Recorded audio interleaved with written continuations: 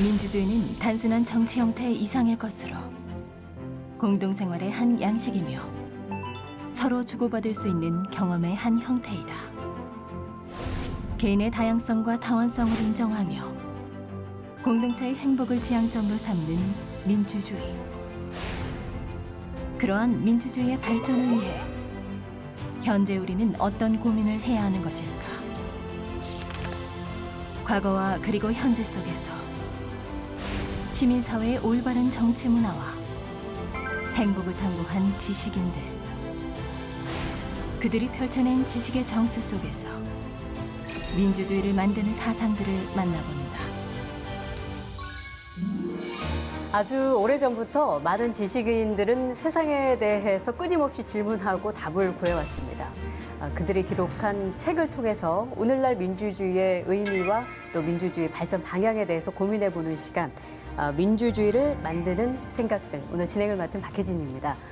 자, 오늘 좋은 책 한 권과 함께 민주주의 의식을 한 뼘 더 자라게 해줄 세 분 소개해드리겠습니다.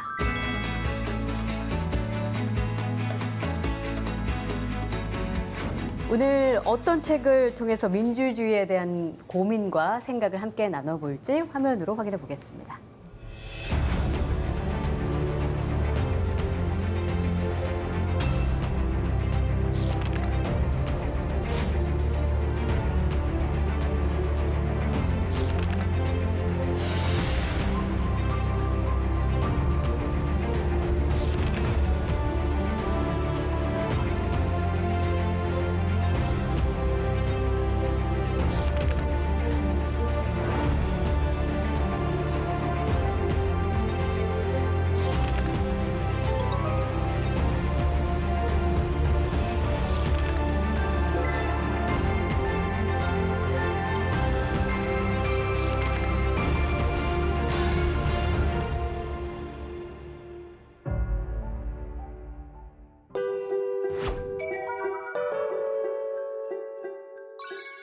오늘의 도서는 마이클 샌델의 정의란 무엇인가입니다.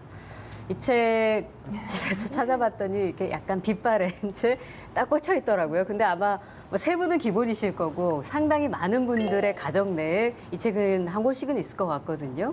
뭐 거의 당시에 신드롬에 가까웠죠. 미국에서 출판됐는데 사실은 미국에서보다 우리나라에서 훨씬 더 많이 읽히고 밀리언셀러 넘어 200만 부 정도까지 팔렸다라고 하는 200만 부요. 예. 그 이 책에 대해서 다시 한번 생각해 봐야 될 정도로 많이 네. 선풍적인 인기를 끈 굉장히 유명한 책이라고 볼 수 있습니다. 예, 사실 정의란 무엇인가는 그렇게 쉽지 않은 내용의 책입니다. 상당히 어렵습니다. 솔직히 말해서. 예, 상당히 어렵죠. 예. 인문학 철학 서적으로서 이렇게 인기를 끈 책이 그동안 있었는가 생각해 보면 상당히 예외적인 현상이라고 생각이 됩니다. 네. 저는 어제 책을 읽다가 너무 어려워가지고 이거 어렵다 이거 덮고 잠깐 취재원 방에 놀러 갔어요. 자리에 앉자마자 눈앞에 이 책이 딱 꽂혀 있는 거예요. 아, 그렇군요. 네, 좀 벗어날 수 없는 한 주였는데요. 제가 기록을 찾아봤더니 이 책은 인문 분야 서적으로는 8년 만에 베스트셀러 1위에 올랐던 책이라고 하고요. 네. 이 기록을 12주 동안 끊지 않고 이어갔던 책입니다. 그러니까요. 뭐 이렇게 공식적인 어떤 기록까지 있을 정도로 대단한 열풍, 신드롬, 뭐 그렇게까지도 표현이 많이 되어 왔었는데, 글쎄요, 정의라는 것은 사실 뭐 국내에서뿐만 아니라 전 세계적으로 함께 살고 있는 공동체라면 모든 사람들이 가질 만한 어떤 질문이고 화두고 담론이 될 수 있는데, 왜 이렇게 우리나라에서 200만 부 이상 팔릴 정도로 인기가 많았을까? 왜 그랬을까요? 이 책이 나올 때가 그 2008년 그 세계적인 금융 위기가 있었고 세계적뿐만 아니라 또 우리나라에서는 그 날로 증가하고 있는 그 빈익빈 부익부 현상, 그다음에 뭐 여러 가지 갈등 이런 문제들이 총체적으로 합쳐지면서 대한민국에서 과연 정의란 무엇인가에 대한 어떤 그 갈증이 높아지고 있는 그 시기에 때마침 나와서 네. 그 많은 그 시민들이 읽지 않았나 하는 생각을 해봅니다. 예, 그리고 샌델 교수가 가지고 있는 개인적인 매력도 빼놓을 수 없는 요인인 것 같습니다. 세계적으로 유명한 정치 철학자라는 점, 그다음에 현재 하버드 대학교 교수라는 점이 그 책에 대한 관심을 높이는 데 기여를 한 것 같습니다. 네. 하버드 교수이고 또 그 세계적인 정치 철학자이지만 국내에 더 이렇게 알려지게 된 거는 그 강의 영상 예, 이거를 그렇죠. 또 공유할 수 있는 그 지점 때문이기도 했을 것 같아요. 예, 저도 책보다는 강의를 먼저 접했는데요. 예. 처음 강의를 보고 나서 상당히 충격을 받았습니다. 어떤 지점에서요? 저도 강의를 하고 있는 입장이지만 상당히 그 잘 짜인 각본에 의한 연극 같은 요소가 있고, 그다음에 일방적인 전달식이 아니라 학생들과 소통하면서 강의하는 것, 맞아요. 뭐 이러한 것들이 아주 매력적으로 다가왔습니다. 그래서 네. 강의가 또 하버드 대학에서 22여 년 동안 아주 학생들에게 가장 인기 있는 강의이기도 했고, 그 강의를 기반으로 나온 책이기 때문에 사람들이 더 많은 관심을 갖게 된 것 같습니다. 그러니까 그 하버드 내에서도 수강생이 너무 많아가지고 네. 뭐 그 교실 안에 다 올 수 없어서 뭐 기다리기도 하고 뭐 그랬다는 이야기가 있잖아요. 네. 그 샌델 교수 자신은 이 한국에서의 인기가 얼마나 놀라웠을까라는 생각이 들어요. 실제로 한국을 방문했을 때 기자들이 그 질문을 던지기도 했거든요. 왜 이렇게 당신 책은 한국에서 인기가 많은 것 같냐 그랬더니 이 한국 사회라는 곳이 어떤 윤리적인 질문들, 정의에 대한 진지한 토론에 대해서 대중들이 상당히 많은 배고픔을 느끼고 있는 것 같다. 이런 대답을 하기도 했습니다. 네. 제가 제 기준에서 좀 설명을 해보자면요. 저는 2000년대 중반에 대학을 다녔는데 저희 때는 저희 앞세대 선배들보다 뭔가 토론하고 연구하고 이런 문화가 좀 덜했습니다. 그랬죠. 그래서 네. 입학하면 어학 점수를 따고 해외 연수를 가고 인턴십을 하고, 그러니까 소위 말하는 취업 스펙을 쌓는다는 말이 이제 제가 대학을 다닐 때 많이 쓰였던 말인데요. 그렇게 열심히 하고 나서 졸업할 때가 되니까 말씀하신 서브프라임 모기지 사태가 터진 거예요. 기업들이 다 채용 문을 닫아버렸어요.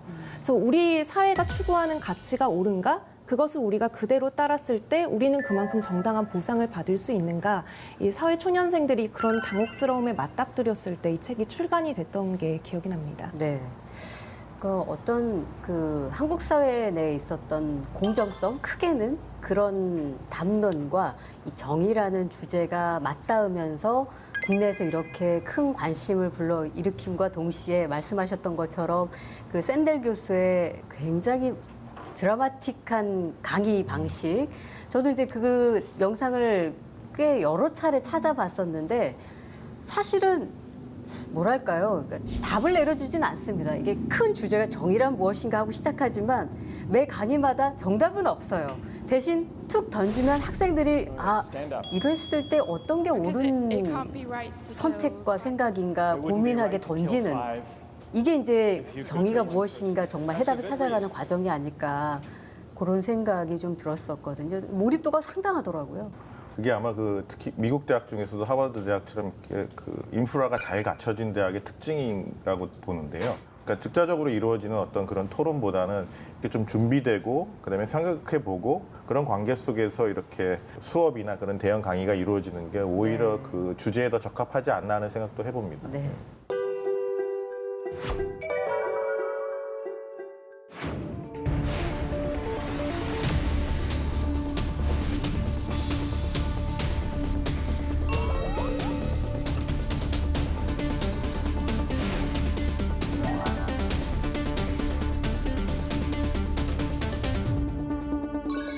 자, 정의란 무엇인가? 책 속으로 조금 더 깊이 들어가 보겠습니다. 첫 장을 보면 정의의 기준 혹은 정의에 대해서 이야기를 하고 있거든요. 정의란 무엇인가요?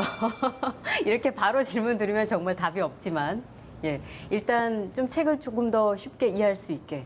이 책에서 그 마이클 샌델은 그 정의론에 대해서 한 세 가지로 크게 정리를 하고 있습니다.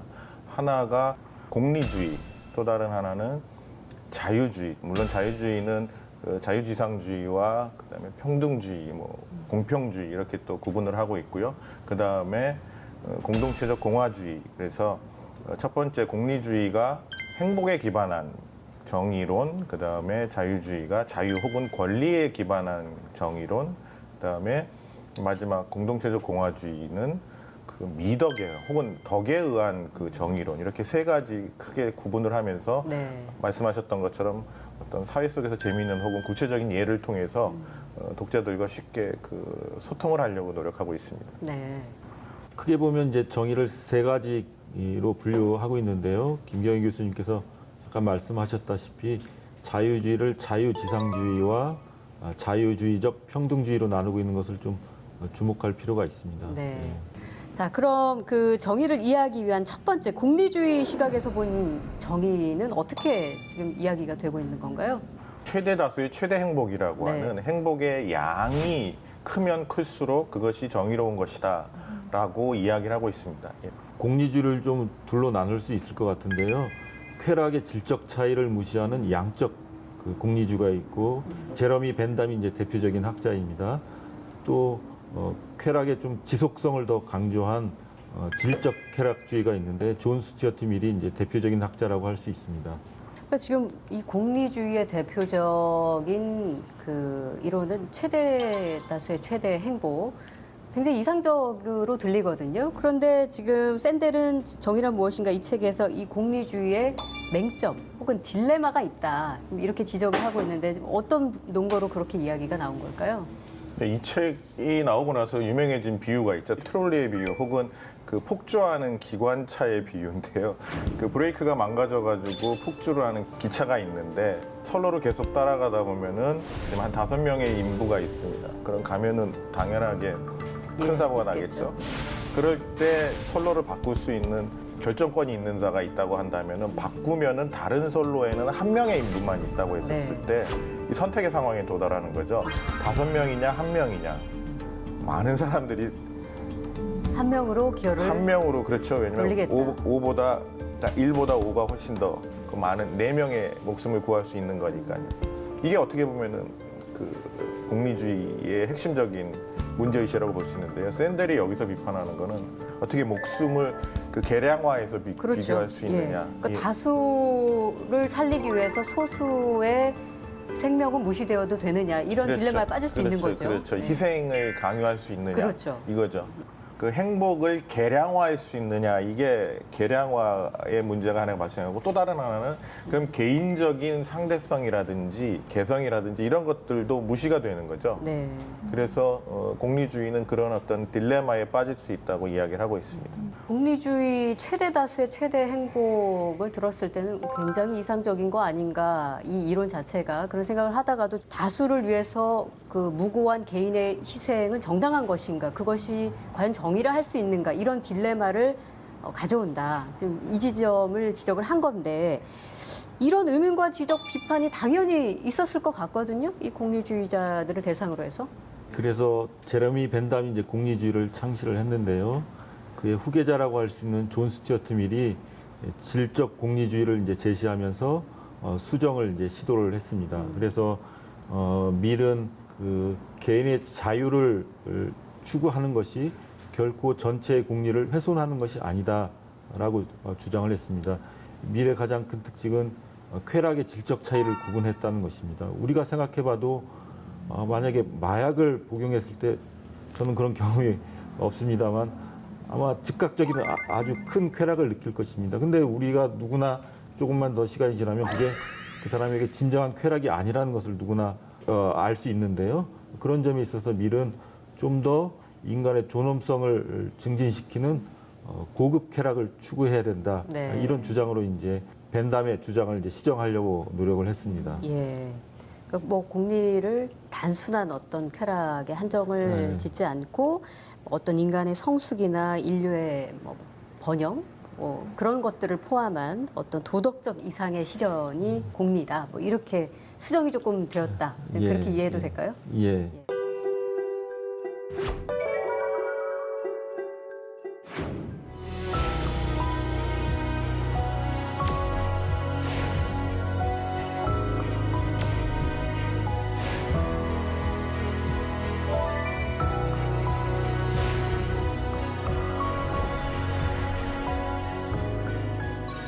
공리주의적 시각에서 본 정의를 조금 살펴봤는데 아까 3가지 측면에서 본 정의를 지금 기술하고 있단 말이죠.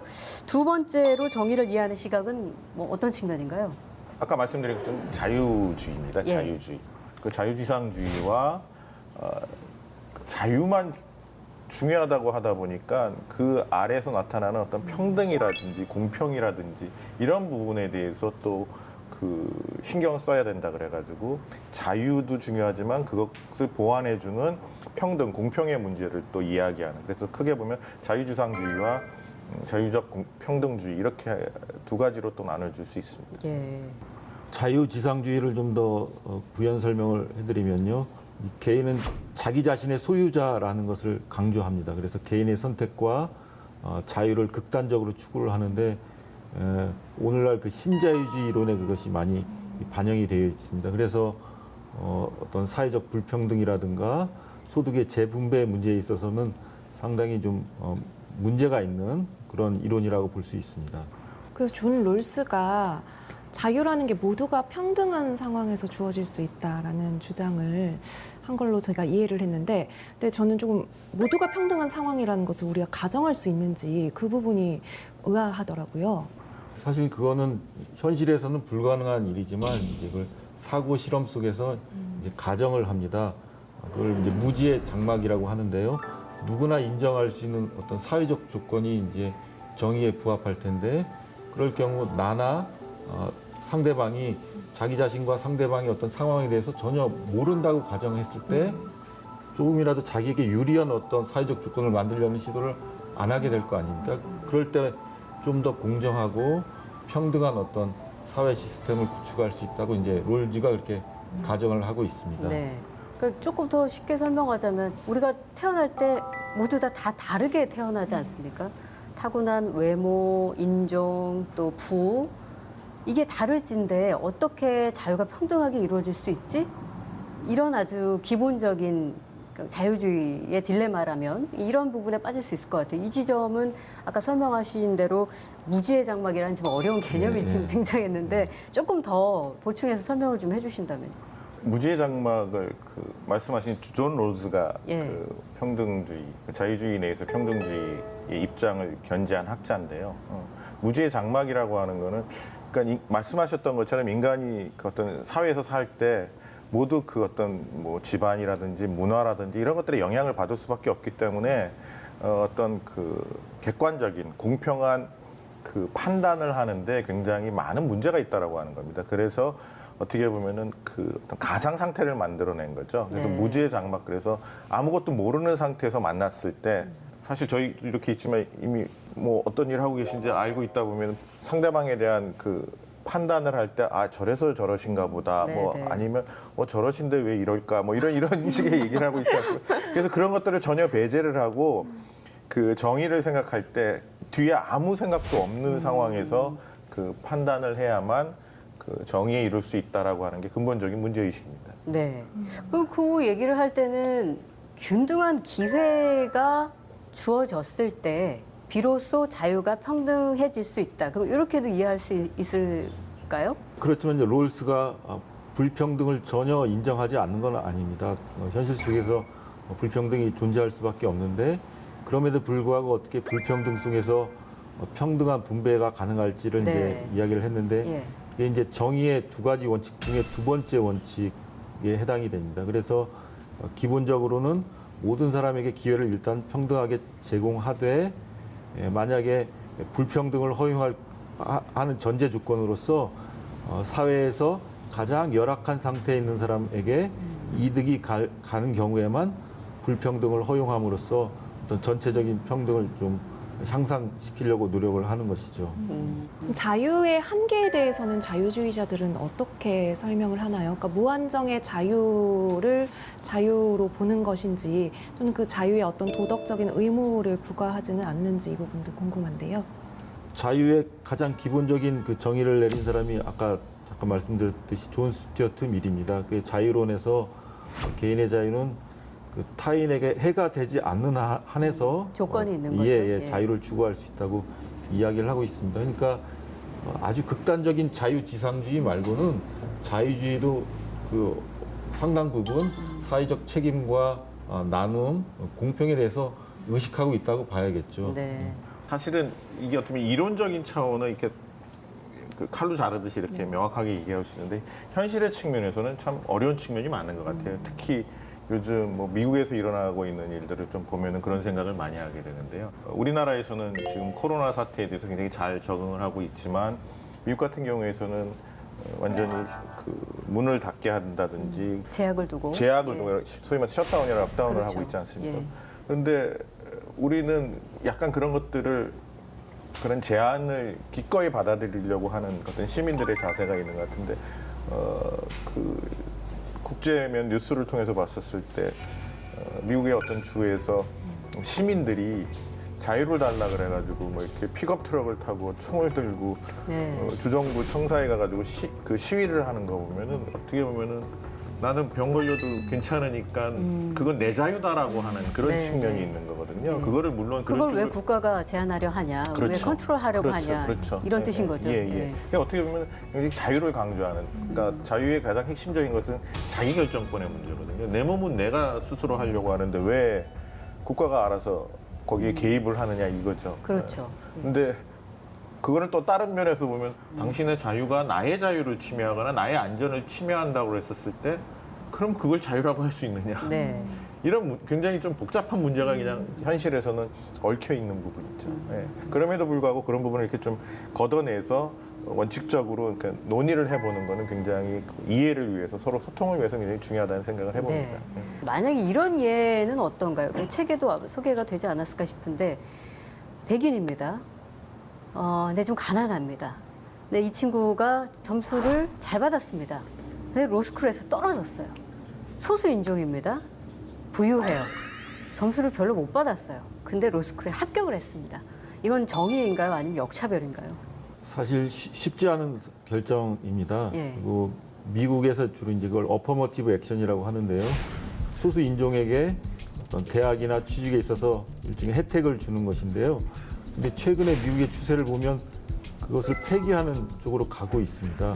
이미 이제 그 흑인들이 아프리카에서 노예로 팔려와서 미국에서 고생을 하면서 이제 그 후손들이 아무래도 백인들에 비해서는 열악한 어떤 환경에서 아직도 살고 있다고 할 수 있는데요. 근데 시간이 너무 많이 지났고 그 소수 인종들도 경제적으로 부유한 사람, 엘리트들도 분명 존재합니다. 그래서 집단적 어떤 열악함, 차별을 시정하려는 노력은 예전보다는 줄어들고 있는 것 같습니다. 네. 근데 뭐 어느 것이 옳은지는 저도 그렇죠. 판단하기 어려운 일인 것 같습니다. 예. 그뭐 자유주의적인 시각에서 드러났던 딜레마가 이제 그러니까 모든 사람에게는 천부 인권이 주어졌고 개인의 자유는 모두 평등하게 누려져야 하지만 아까 저희가 충분히 이야기한 바대로 타고난 것이 모두 다 다르기 때문에 균등한 기회가 주어져야 한다는 전제가 필요하다. 지금 거기까지 왔는데 이 평등한 기회 이 부분은 어떻게 보면은 복지로 또 이해할 수 있을 것 같거든요. 기회의 평등이라고 하는 말씀하신 것처럼 그런 부분과도 관련이 되죠. 네. 그래서 복지국가는 그런 것들을 제공할 수 있는 어떤 그 백그라운드랄까요? 기반을 마련해 준다고 하는 측면에서 공평과 굉장히 밀접한 영향이 있다고 볼 수 있을 것 같습니다. 네. 연관이 있다고 볼 수 있을 것 네, 같습니다. 네.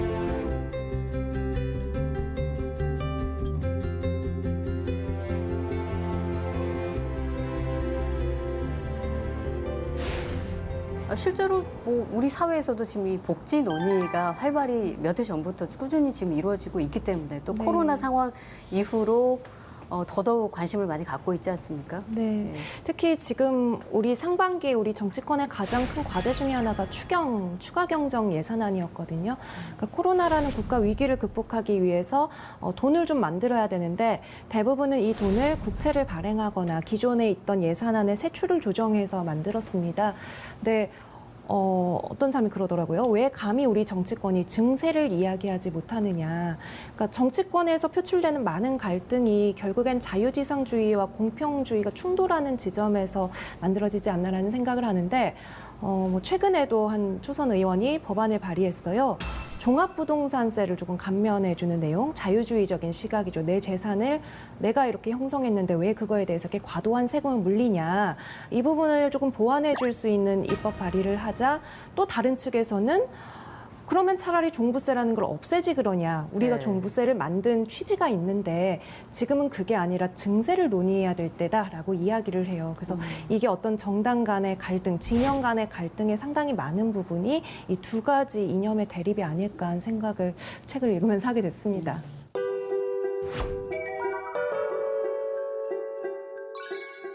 공리주의 그리고 자유주의적 시각에서 바라본 정의란 무엇인가까지 저희가 좀 토론을 해봤는데 마지막 하나가 또 남았죠. 공화주의적인 네. 측면에서 바라본 정의. 예, 어떻게 지금 설명이 되고 있나요? 네. 사실 샌델이 유명해진 게 서양 학계에서 정의론의 어떤 그 대다수의 담론, 굉장히 그 중요한 담론을 차지하고 있었던 존 롤즈의 정의론을 비판을 하면서 이래 또 스타가 됩니다. 그 전에 스타를 밟고 올라간 거죠. 네. 그런데 샌델의 기본적인 문제의식은 어떤 그 절대적인 혹은 보편적인 어떤 선, 정의라고 하는 것보다도 우리가 살고 있는 사회나 공동체의 목적, 그다음에 그 안에 살고 있는 시민들 간의 관계 속에서 정의를 구체적으로 그다음에 그 맞게 생각하는 것이 더 필요할 것이다라고 해서 그 공동체주의적 혹은 공화주의적 그 정의론을 내세우고 있습니다. 네. 그리고 거기서 중요한 거는 미덕과 공공선이라고 하는 건데 그건 조금 이따 말씀드리도록 하겠습니다. 저는 이 미덕이라는 말이 어려웠어요. 예. 뭔진 알 것 같지만 설명해 봐라라고 하면 설명할 수 없는 단어인 것 같아서 사전적인 의미를 찾아봤더니 아름답고 갸륵한 덕행이 미덕이라는 거예요. 그러니까 아름다운 게 뭐냐, 갸륵한 게 뭐냐, 덕이란 게 결국 뭐냐가 사전을 찾아보니까 더 아리송해지던데 미덕이란 게 정확히 뭔가요, 교수님? 경우에 따라서 많이 정의가 달라지는데요. 김경희 교수님이 이제 마키아벨리 전공자이신데 저도 마찬가지고요. 그 마키아벨리의 정의에서 미덕, 비루트는 어떤 정신적, 육체적 역량, 힘을 의미합니다. 근데 이 공동체주의에서 이야기하는 미덕은 그것보다는 도덕적인 측면, 공동체에 희생하고 봉사하려는 어떤 그런 정신, 그런 측면을 강조하는 개념인 것 같습니다.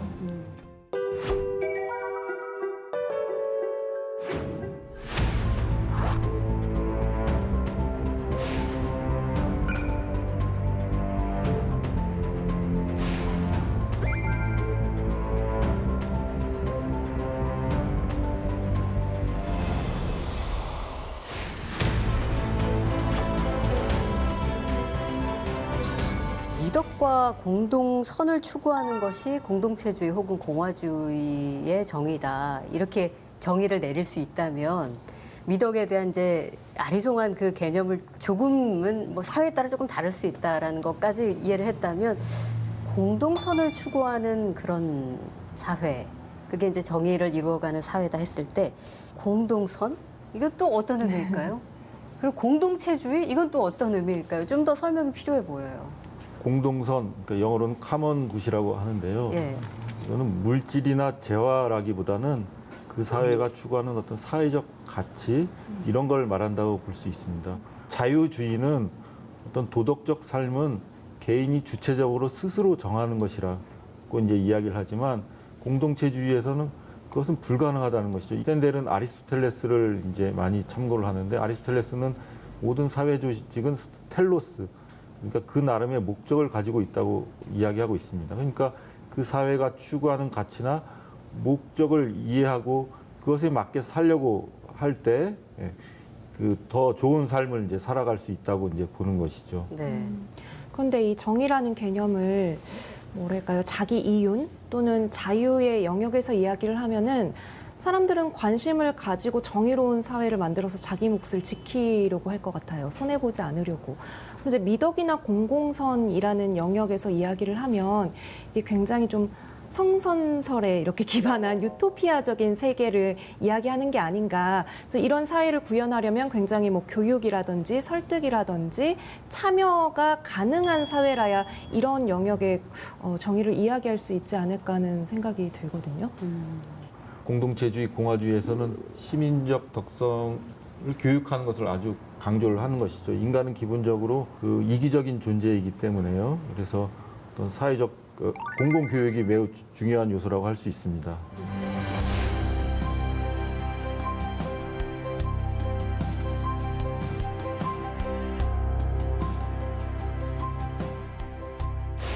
참여라든지 시민적 조금 또 말씀드렸죠 시민적 연대라든지 네. 시민 의식 이게 굉장히 중요해지는 거고요. 우리나라에서도 최근에 많이 중요시되는 공감 있지 않습니까? 그러니까 정의라는 것도 어떻게 보면은 그 추상 같은 칼을 가지고 정의를 내리는 그것도 중요할 수는 있겠지만 그것보다도 또 더 중요한 거는 공동체에 사는 사람 시민들 간의 어떤 공감 속에서 나타날 수 있는 그 사회적 정의. 합의. 예. 그런 거죠. 예. 그래서 그 존 롤스 아까 말씀하셨던 그 무죄 장막이죠. 그 거기서 나타나는 그 자아, 그러니까 어떤 편견이 없고 선 이해가 없고 이런 것들에 대해서 샌델이 비판하는 게 그런 자아는 있을 수 없고 그거는 굉장히 무맥락적 자아이기 때문에 방금 말씀드렸던 그런 어떤 공감이라든지 그 공동체 속에서 어떤 구체적인 그 인간 시민들의 어떤 정의의 그 사고와는 맞지 않는다라고 네. 해서 그 롤즈의 비판하는 중요한 점들 중에 또 하나입니다. 샌델이. 그러면 이제 공동선을 추구할 수 있는 정치가 현실에서 어떻게 구현될 수 있는가? 아까 뭐 연대 이런 표현도 해주셨습니다만 몇 가지 조건이 있을 것 같아요. 공동선에 대해서 이제 오해하는 것 중에 하나가 그러면 전체를 위해서 개인이 희생해도 되느냐? 네. 이게 사실 자유주의자들이 공동체주의를 가장 신랄하게 비판하는 지점입니다. 그러나 이제 공동체주의나 공화주의에도 다양한 또 종류가 있거든요. 근데 사실 이제 저 샌델은 자신은 아니다고 그러지만 그런 비판을 받을 지점이 있습니다. 샌델은 공화주의 이론 중에서도 상당히 근본적이고 공동체를 강조하는 공화주의 이론입니다. 샌델이 그 점에 있어서는 좀 개인의 자유나 선택에 대한 이야기는 좀 부족한 것이 아닌가 이런 생각을 하고 사실 자유주의와 공동체주의는 극단적인 꼭 대립을 해야만 되는 것은 아니거든요. 네. 서로 중첩돼 있고 섞여 있고 영향을 주고 받고 있습니다. 그래서 이 오늘날 그 개인화되고 자본주의가 발달한 사회에서 샌델식의 공동체주의를 그대로 실현해라 이렇게 주장하는 것은 좀 받아들이기 힘들 것 같습니다. 그래서 좀 더 자유주의적 요소를 고려할 필요도 있는 것 같습니다. 논의가 이제 갑자기 우리 교수님이 샌델의 공동체주의적인 공화주의를 비판하는 예, 뭐 이렇게 이것도 자유주의적인 시각도 좀 인정을 하고 받아들여야 되는 거 아닌가라는 말씀을 네. 해주셨는데 다시 이제 저의 질문으로 좀 돌아가 본다면 그러니까 공동체주의, 공화주의, 공동선을 추구할 수 있는 정치는 어떤 방식으로 구현이 될 수 있을까요? 뭐 시민들이 뭐 약간 희생도 있어야 될 수 있을 것 같고요. 그렇죠. 그 책에는 뭐 한 4개 정도로 나오는데요. 몇 가지 굵직한 걸 말씀드리면, 그러니까 방금 말씀하셨던 시민들의 참여가 굉장히 중요하죠. 그래서 많은 참여라든지 이런 것들을 좀 독려를 하면서 그때 그 참여가 뭐 정치 참여도 있겠지만 더 중요한 거는 다양한 의사를 표출하고 그다음에 대화와 토론을 통해 가지고 서로의 어떤 중지를 모아낼 수 있는, 그래서 갈등과 대립으로 끝나는 것이 아니라 자유롭거나 혹은 다양성을 인정하는 그런 쪽으로 좀 강조를 하는 게 있죠. 그리고 아까 이제 지금 두 분의 얘기를 다 듣고 나니까 바로 그 지점이 공동체주의나 공화주의의 딜레마일 수 있는 건가요?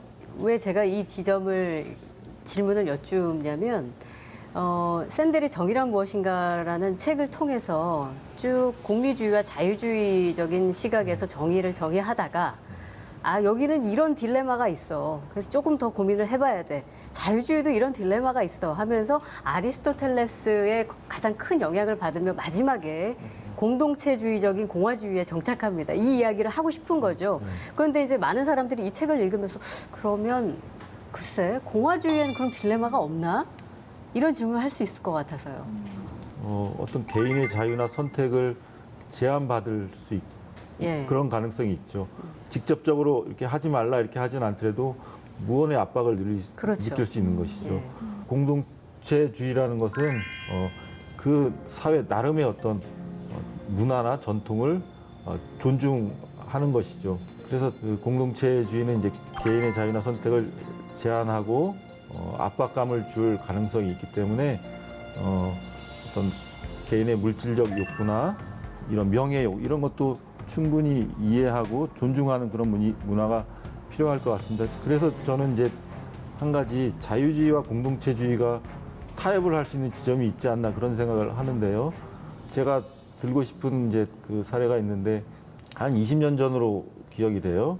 우리나라 이제 축구 국가대표 감독이 경기 시작 전에 기도를 잠깐 한 적이 있습니다. 네. 그것에 대해서 뭐 유명한 철학자께서 기도는 골방에 가서 하는 것이지 왜 공공장소에서 하느냐 이렇게 이제 신랄하게 비판한 적이 있는데 저는 그 광경을 보고 그게 저렇게 비난을 받을 만한 일인지 다원주의 사회라는 것은 자신의 신념이나 가치를 전혀 드러내지 않는 데서 오히려 증진되기보다는 타인에게 해가 되지 않는 선에서는 충분히 그걸 자연스럽게 드러내고 그걸 이해하고 받아들이는 것이 오히려 오늘날 그 자유주의 사회, 현대 사회에 오히려 적합하지 않느냐 그런 지점에 있어서 자유주의와 공동체주의가 좀 결합할 수 있는 것 같습니다. 네.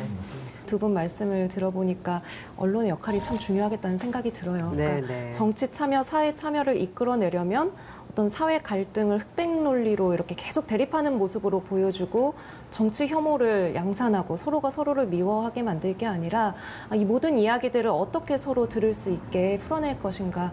그래서 열심히 해야겠다는 생각을 반성을 하게 됐습니다. 네.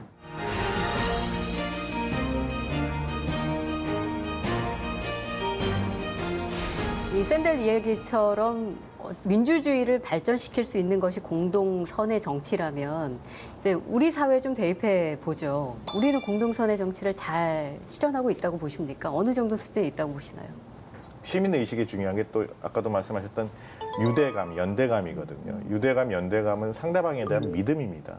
그러니까 그 믿음을 가지기 위해서는 사실 우리나라 사회에서는 그와는 조금 대비되는 여러 가지 것들이 있죠. 경쟁 제일주의, 그다음에 뭐 승자 독식주의, 뭐 여러 가지 것들이 있기 때문에 제가 보기에는 좀 조심스럽지만 우리나라에서는 연대 정치 혹은 샌델이 이야기한 것처럼 공동선의 정치라고 하는 것을 구현이라고 하는 말이 좀 셀 수도 있겠지만 어쨌든 그쪽으로 가기 위한 노력을 하기 위한 어떤 인프라라든지 이런 것들이 아직은 좀 미진하지 않나 하는 생각을 네. 해봅니다. 그런 의미에서 사실은 이렇게 샌델을 논의하는 이런 장이 중요할 수가 있겠죠. 그렇죠. 예, 예. 예. 신 교수님은요? 저는 오히려 우리 사회에서 그 연대 의식이나 공공선에 대한 이해는 상당히 높은 수준이라고 생각합니다. 지난 몇 년 전에 촛불 시위나 최근에 코로나 사태에 시민들이 대처하는 문제에 있어서 상당히 높은 시민 의식을 보여주고 있고 제가 또 주변에서 보더라도 희생과 봉사하는 분들이 많이 계십니다. 이상하게도 정치 영역에만 가면 이 공공선에 대한 어떤 정치인들의 어떤 무시 이것이 너무 두드러집니다. 네. 사실 공공선이라는 것은 작은 어떤 자아나 작은 가치를 두고 좀 더 큰 가치를 추구하는 것일 텐데 자기 정당이나 자기 세력의 어떤 이익만을 지나치게 추구하고 어떤 국가적 이익을 위해서는 과감하게 양보하거나 타협하는 점에 있어서는 상당히 우리 정치가 부족하다고 생각을 합니다. 그래서 어떤 일반 시민들에 비해서 이제 정치 영역이 상당히 이제 뒤떨어져 있다고 볼 수 있는 것이죠. 네. 우리나라의 어떤 시민적 특성 자체가 공공선을 추구하기에 좋은 토대를 가지고 있는 것 같아요. 그러니까 뭐 이번 코로나19 위기에서도 뭐 한국인은 취미가 국난 극복이냐 이런 우스갯소리가 나왔을 정도로 뭐 경제 위기든 전염병 사태든 굉장히 질서 있게 좀 생활 양식을 바꾸고 말씀하신 것처럼 좀 기부한다든지 양보한다든지 이런 부분들은 확실히 어떤 마이클 샌델이 추구하는 정치를 구현하기에 괜찮은 토대인 것 같은데 다만 저는 약간 이게 집단주의와 한 끗 차이일 수도 있겠다는 생각이 들더라고요. 그래서 만약에 우리가 지금 무엇을 추구하는가, 우리가 추구하는 가치가 정의로운가에 대해서 사회가 함께 끊임없이 고민하지 않으면 어떻게 보면 서로가 서로에게 굉장히 일률적이고 배타적인 요구만을 할 수 있는 그런 위험도 안고 있는 것 같습니다. 네. 맞습니다. 예. 2004년 월드컵 때 붉은 악마라든지 열광적인 응원 문화를 보고 서양인들은 사실 좀 놀라는 모습을 좀 보이더라고요. 그렇죠. 예. 우리나라는 파시즘이라든지 나치즘의 경험이 없기 때문에 우리는 굉장히 좋게 즐기고 있는데 그런 경험을 가진 사람들은 저거 뭐지 이렇게 보더라고요. 그게 아까 또 말씀드렸던 어떤 공동체의 서로 다른 어떤 역사와 문화 속에서 서로 이해하는 게 달라서 그런데요. 오늘 기자님 말씀하신 것처럼 시민 문화라든지 연대의 문화가 같이 협력한다라고 하는 것 외향적으로 그렇게 드러날 수 있는데 그 실제적인 측면에서는 어떻게 보면 정부 방침을 잘 따른다든지 아니면 위기 상황 속에서 위기 극복을 하기 위해서 잘 이렇게 따른다든지 그래서 사실은 순종과 연대 그렇다고 제가 지금 우리가 순종한다는 얘기는 절대 아닙니다. 그 연대를 과연 어디에 방점을 둬야 될 것인가. 자발적인 시민들 간의 그 소통이 중요한 거죠. 네. 그게 없을 때는 사실은 집단주의적인 문화가 발현될 수도 있고요. 그래서 굉장히 그 샌델식으로 얘기하면은 그 맥락적으로 그 순간에 시민들의 그 이니셔티브를 가지고 잘 그 대처하는 것이 굉장히 중요하지 않을까 생각해 봅니다. 네.